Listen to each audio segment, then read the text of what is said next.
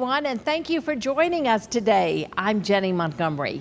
Back in September, I had the opportunity to present a Giving Your Best award to a group of gentlemen called Manhood Tour.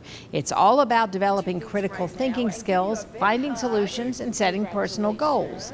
Manhood Tour is a space where men of all ages support and encourage each other and share in open discussions. I was so impressed that day with Aaron Kinzer, one of the members. He hopes to prevent young people from taking the wrong path because he knows the consequences of incarceration firsthand. There's a lot of our youth in our community in poverty all over the country in different cultures and demographics that share a background that involves crime or drugs or addiction in some form or fashion. So it's important to have someone or many people who can speak to that, and I can speak to all those issues in one form or another. And Aaron's journey has inspired him to empower children through books. Aaron Kinzer Books is dedicated to giving children a lens to view the world in their own unique way. And I'm so pleased that y'all are going to get to meet Aaron right now. He is with us here today. Aaron, you've brought a couple of your books with us. I think this is pretty cool. Your goal is to get your children's books translated into Spanish pretty soon. Yes, that is. That is. We're embarking on that mission, and we're making some good strides. Good. It's coming together pretty good. I'm happy about the progress we're making in that. Wonderful, wonderful. Well, what is it about your journey that inspired you to write children's books in the first place? Well, Jenny, I served a period of incarceration, right? And I was removed from my children's lives for a substantial period of time. They're in most of their entire childhood. Preteen, adolescence, younger years, toddler years, I was away from them. I didn't get to have a conversation with my children as most parents do and should do, empowering their children to dream big and think outside the box and believe in themselves. I couldn't do it 15 minutes at a time on a jail call or a prison call. Yeah. So the books are conversations with my children that I didn't get to have. A parent empowering and imparting those good energy into their children, that belief in themselves. And so the books are that, is me doing that to my children. And now since it's on paper and now they're published and now they're out for purchase for the world, now all children get to have that that parental voice in their ear, and I'm grateful for that. So you're teaching different lessons that you would have taught if you had been with your children in person. And what are some of the themes? I want to know what some of the themes you touch on, and also why you think representation is important in children's literature. Great question. The things we touch on primarily with this first book, with my first book, All You Can Be, is really getting children to see themselves in a positive light and doing different vocations. So it's important for children to understand that you can be great in certain vocations and job and careers, and it doesn't have to be the extreme. So much in our society, we praise the extreme, the singer, dancer, the celebrity, the Beyoncés and the Jay-Z's and the LeBron James and Steph Curry's. And those are great examples of good people and talent, but there's also a negative side, which is where I was at in my past, which led me to the situation I was in. You have your drug dealers and your people in the streets and your people who commit crimes on a high level, and they also are admired in some circles. And sometimes children see that more than they see the LeBron Jameses. But, it's important that our children get to see people doing the things that make life happen. The reporters and journalists, the doctors, the plumbers, the electricians that really make our world happen. And those people are great individuals. And it's okay for our children to see those people as great and to aspire to be that. And that's what my book aims to do, is to put that mindset into our children. I love it, and I love that book. I have read that book. Another book that I want you to talk about for just a few minutes here is really, really, really special. It's your poetry, Outside the Margin of Error. And you are so honest and open and transparent in this. One part that really struck me, I just want to read you the first paragraph here. They told me I had potential to be great, then left it to me to figure out. None had a vision or a plan, and none taught me about the pitfalls that lay ahead, the traps in my path.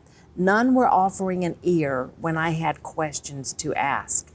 You put so much into this. You've dedicated it to your family. Yeah. And the family that stuck by you through the hard times Absolutely. and through the mistakes. Absolutely. Absolutely. First and foremost, mom, my mother, and my brother, they are the three of us are the core of our unit, and my mother she saw it up front and personal. She saw me on that path to destruction and witnessed it, and it hurt her. It crushed her every day to see her seed, her youngest child, going down a pathway that she knows has been proven to lead to destruction and death in some cases. And she watched it for many years, almost a decade. She watched me do that in my 20s when I was at my prime as a young man, going that direction. And so she stood by my side. She admonished me every chance that she got, but still loved me, you know what I mean? And so when the fall came, when the destruction came, and I was taken away, she was there answering every call. She was sacrificing her limited income to send me money for commissary and make sure and still nurturing me as a mother well into my 30s and even now into my 40s. And my other family, my brother, my rock, my older brother, always been a voice of reason and, sometimes very, very forceful, but it was needed, and words he mentioned to me over 20 years ago when I was arguing with him.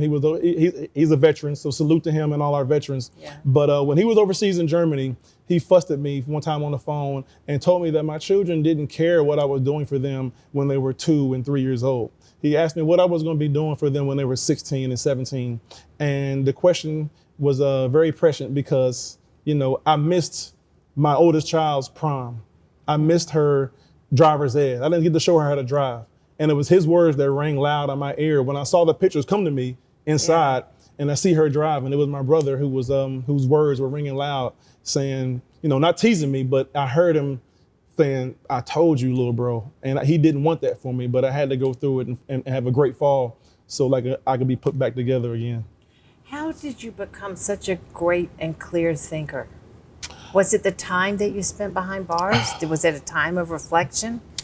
Well, I think it comes from my time in my teens in the church. Those lessons and those proverbs and those sermons just been imparted into me as a young teen. And even though I went astray in my 20s, but I think as I sat down for all those years and had time to reflect and had time to think about who I was and perform introspection, and really try to figure out who am I. It all went back to my Sundays and Wednesdays and Tuesdays and Saturday nights in the pews, Mountain Temple Church, Marion, Virginia, where those sermons were taught to me, and my mother calling out my name in prayer. I could hear her praying for me, even when I was a child, So it was those days and those nights and those sermons and lessons that really helped me become who I am. And also a lot of time also helped to help me understand how to process my thoughts. I know that you're as impressed by Aaron as I am. Do you speak to different groups? Absolutely, I do. Since I've been home, I've been trying to give myself away. So I've spoken at a few schools in the CSRA. We work with the courts. I've been in the courts. I've spoken back at the halfway house that I came through just over a year ago. I was in a halfway house here in Augusta, Georgia, and I've had the privilege to go back and speak. You're published. Before we leave, just any other future projects that you want to tell us about? Oh, well, currently we have a kids fitness program called Kid Fit. It's an empowering fitness program for children. Bodyweight exercises, nothing too intense, but we do exercise. But I do share my story, and I do let them know that why I am hosting this program for them, and it's my effort to make sure that just do my small part, have a big impact to see to it that they get some time off the streets, away from the temptations and the darker side of life, so we do that. The Manhood Tour, which is a program that I'm a part of. I'm a facilitator with the Manhood Tour here in the CSRA in Augusta. It's a great program. We work directly with the courts. It's a diversion program. So people coming through the court system have an opportunity to get their sentences overturned or convictions, or to avoid a conviction in some cases, So it's a great program, come full circle. I'm allowed to work with judges and work with prosecutors when I was once a defendant standing in shackles in front of those very same people. So it's definitely a proud moment to be able to do that and make that impact. I have so much respect for you. You've turned your life around. Here's how you can find out more information for yourself. Aaron Kinzer books are available through his website, aaronkinzer.com. For more information, you can contact Kinzer82 on X or Aaron Kinzer on Facebook. And you can email Erin at kinzerwriter@gmail.com.